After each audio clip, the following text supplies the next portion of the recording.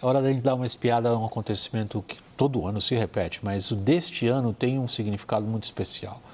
A ONU está completando 80 anos e ela sofre uma crise de financiamento, essa é tranquila por diante do que ela sofre agora de outras crises.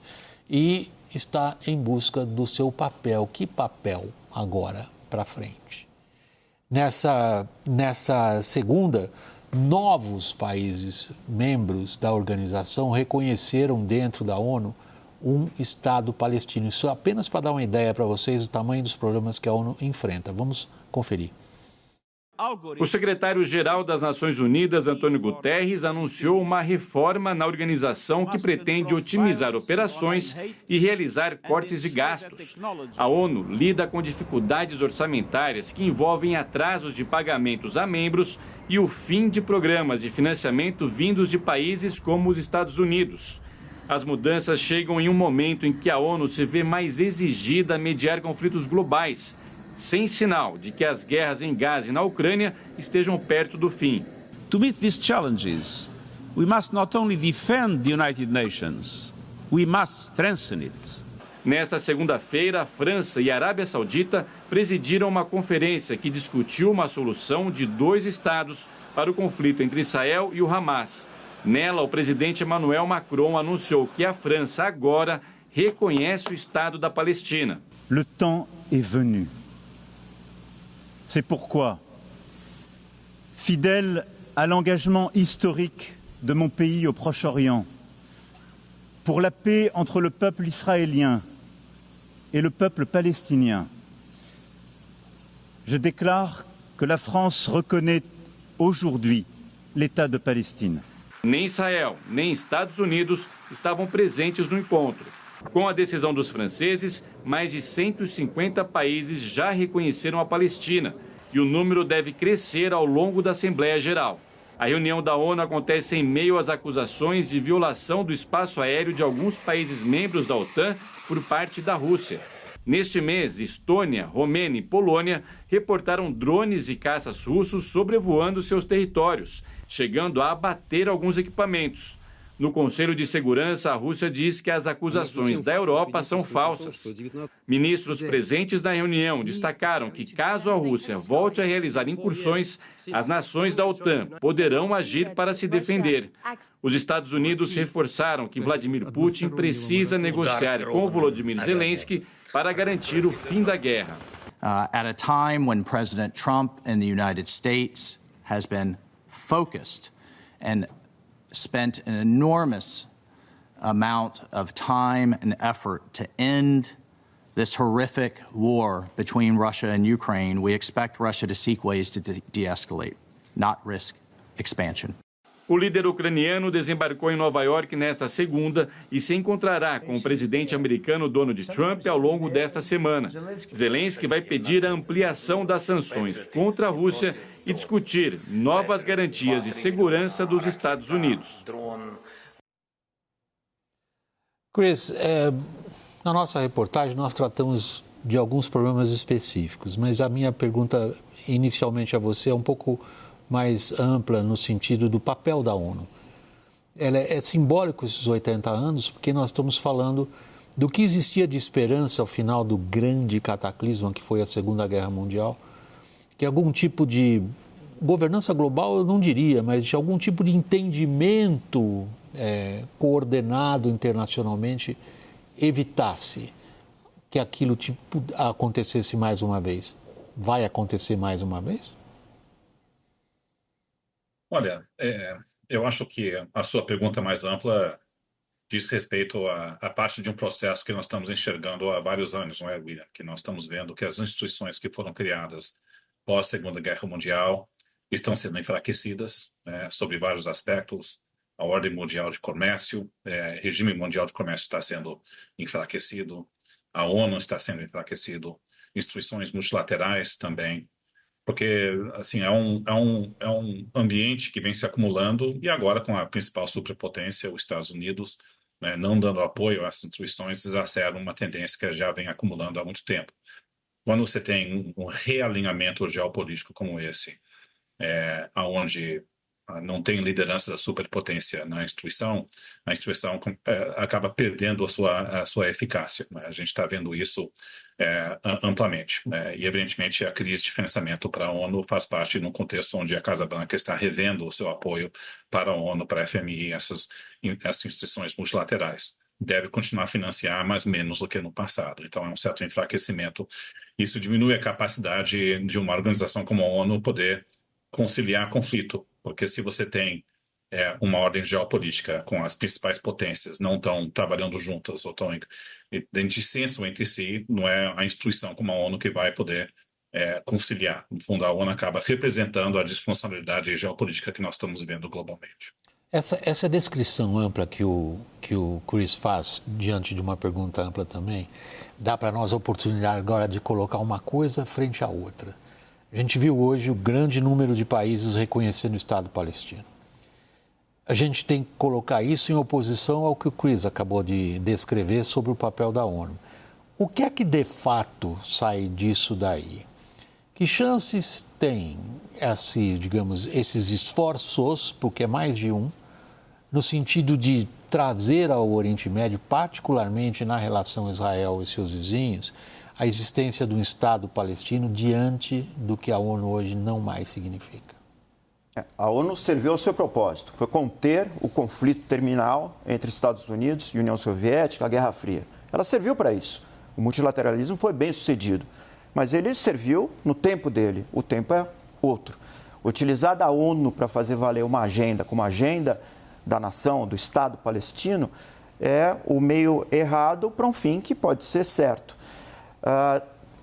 A coalizão de países que se propõem a defender o Estado palestino tem duas vertentes. Uma são governos enfraquecidos. Macron está muito enfraquecido na França e busca, numa agenda externa, fazer valer ainda algum apelo ao seu eleitorado. E, de outro lado, os países árabes, que têm o dever moral, a consciência moral junto à sua população, de defenderem a bandeira palestina.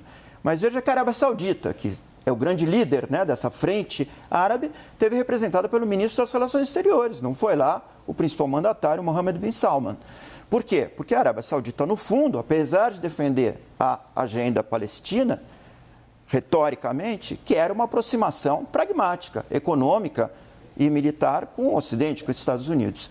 Então, a ONU serve mais como um showcase, um display, um lugar para se aparecer, para fazer valer bandeiras, mas não resolução efetiva de problemas. Essa resolução hoje se dá a partir das tratativas bilaterais entre esses grandes atores. Estados Unidos, Rússia, China, Índia. A ONU perdeu eficácia, é um palco, mas não uma câmara de resolução. É o que explica o Brasil buscar nos BRICS o que não vai encontrar na ONU, embora diga que vai, Daniel? Olha, William, na verdade, a grande implosão do sistema internacional, como a gente conhece, pós-Bretton Woods, está acontecendo não pelos BRICS, está acontecendo pelo governo americano, mais do que qualquer iniciativa chinesa, ou indiana ou russa. Muito mais do que isso, é o próprio governo americano quem tem feito isso. Às vezes eu fico com a impressão de que os BRICS funcionam mais ou menos como aquele cachorro que sai correndo, latindo atrás do carro, late, late, late, late, só que aí quando o carro para, o cachorro não sabe o que fazer. Um pouco isso, porque você já poderia ter iniciativas, a gente parou ali na construção de algumas coisas dos BRICS que podemos gostar ou não gostar, mas arranjo contingente de reservas, Banco do BRICS funcionando ali como uma alternativa ao BID, ao Banco Mundial em financiamento a outros países, mas outras questões como comércio em moedas locais, substituindo o dólar, tem algumas questões que, no final das contas, remetem ao cachorro, que não sabe o que fazer quando o carro para. Você vai prosseguir nessa história do cachorro que late para o carro para e não sabe o que fazer? Não, vou deixar essa só para o Daniel. William, eu vou jogar um ponto de humanitarismo aqui, porque hoje 175 milhões de pessoas dependem da ONU para ajuda humanitária direta. Essa é uma necessidade direta, são 175 milhões de pessoas. É muita gente dependendo de um recurso, de um financiamento que está minguando, de uma organização que está se descentralizando. A ONU está mandando um monte de gente para Nairobi, no Quênia, para Genebra, vai se desfazer dos escritórios de Nova York por uma questão de custo, vai diminuir em 20% as pessoas que trabalham, ainda tem as missões de paz, que tem o maior orçamento e ainda assim está faltando dinheiro, mas o mundo está desviando o dinheiro que deveria mandar para a ONU para aumentar a sua capacidade de defesa, o gasto militar. Então, é uma decisão que parece não ter volta, pelo menos não no médio prazo. Aí deixo para os nossos mestres aqui desenharem isso. Então, existe a preocupação do papel político da ONU, sim, existe uma preocupação da sustentação financeira da organização, mas a turma que acompanha o trabalho humanitário da organização, não só se preocupa com essas 175 milhões de pessoas, mas quem vai sobrar para defendê-las e para cuidar delas de alguma forma. Isso, claro, você ia falar. Não, pode parecer paradoxal, mas a ONU, que é uma organização intergovernamental, e é a organização intergovernamental por excelência, quando ela perde o reconhecimento da sua legitimidade de parte dos principais governos, Estados Unidos, a própria China, que também titubeia, ela se torna uma organização não governamental, uma ONG de fato. Ela vai para bandeiras legítimas, bandeiras que de alguma maneira materializam os direitos humanos, né? Que é a Carta de São Francisco, que dá todo o estofo normativo para se ter esse sistema, o sistema multilateral caracterizado pela ONU, e ela, perdendo o apoio dos governos nacionais, ela passa a cumprir funções da sociedade civil, no plano internacional, meritórias, mas não suficientes para o seu papel principal, que é coordenar a resolução de conflitos. Isso ela perdeu. O Daniel estava me pedindo a palavra? Não, William, não, por favor, prossiga. Então, Cris, nesse caso, é evidente que o Brasil faz uma manifestação, é quase uma profissão de fé, quando fala de multilateralismo, fala da ONU, fala de reforçar, como recentemente disse também, os mecanismos da Organização Mundial do Comércio, que está morta, ou do próprio Conselho de Segurança da ONU, que o Brasil quer fazer parte, não se sabe muito bem para quê, dada a visível incapacidade desse Conselho de resolver qualquer questão relevante. Nós estamos, digamos, insistindo demais em algo que o senso comum detecta como é passado? Olha, eu acho que a posição do governo brasileiro não diverge tanto de vários outros países que têm se beneficiado com essa ordem multilateral global, né? Geralmente países em desenvolvimento que se beneficiam mais de umas regras globais de comércio. A Thaís até colocou, na verdade, a ONU está cumprindo um papel muito importante para as crises migratórias, conflito em países mais periféricos com renda menor. A ONU não está cumprindo o papel de resolução de conflito de potências médias ou uma das grandes potências, mas tem um papel importante para a parte do mundo, né, com renda menor e mais pobre. Então eu diria que o fato que nós temos lideranças globais, ainda com discurso de defender multilateralismo, tentar reforçar a ONU no contexto de enfraquecimento, é natural que esse tipo de discurso seja do presidente Lula, e a gente está vendo esse tipo de discurso vindo de outras lideranças globais também. Mas no contexto de enfraquecimento da capacidade dessas instituições, e reflete um realinhamento profundo da ordem geopolítica global, aonde o Trump acelera uma tendência que já estava vindo. Não é uma coisa totalmente nova agora, mas é claro que a crise que vem com o governo Trump exacerba essas tendências. Então, acho que o grande debate que nós temos, seja em consultorias, ou em fóruns públicos, ou na academia, qual vai ser a nova ordem geopolítica que nós estamos caminhando. E nós estamos num ponto de inflexão global, com certeza. Qual vai ser o papel da ONU? Se tem um relevante para frente, vai ter que ser redefinido com esse realinhamento, né? Mas eu acho que o ponto da Thaís foi importante. Nessa brincadeira da quebra da ordem global de comércio ou da ONU, quem paga o preço maior são os países mais pobres. Mas assim, uma coisa que eu acho curiosa é como o resto do mundo, que tanto criticou os Estados Unidos ao longo dos últimos 80 anos, não soube o que fazer, quer dizer, exerce aquele papel ali que eu mencionei do cachorro quando o carro para, porque não assume minimamente as funções dos Estados Unidos. Os Estados Unidos deixaram o Acordo de Paris, deixaram a Unesco, esvaziaram suas contribuições financeiras à Acnur, ninguém está assumindo isso. A China não está aumentando suas contribuições para nada disso.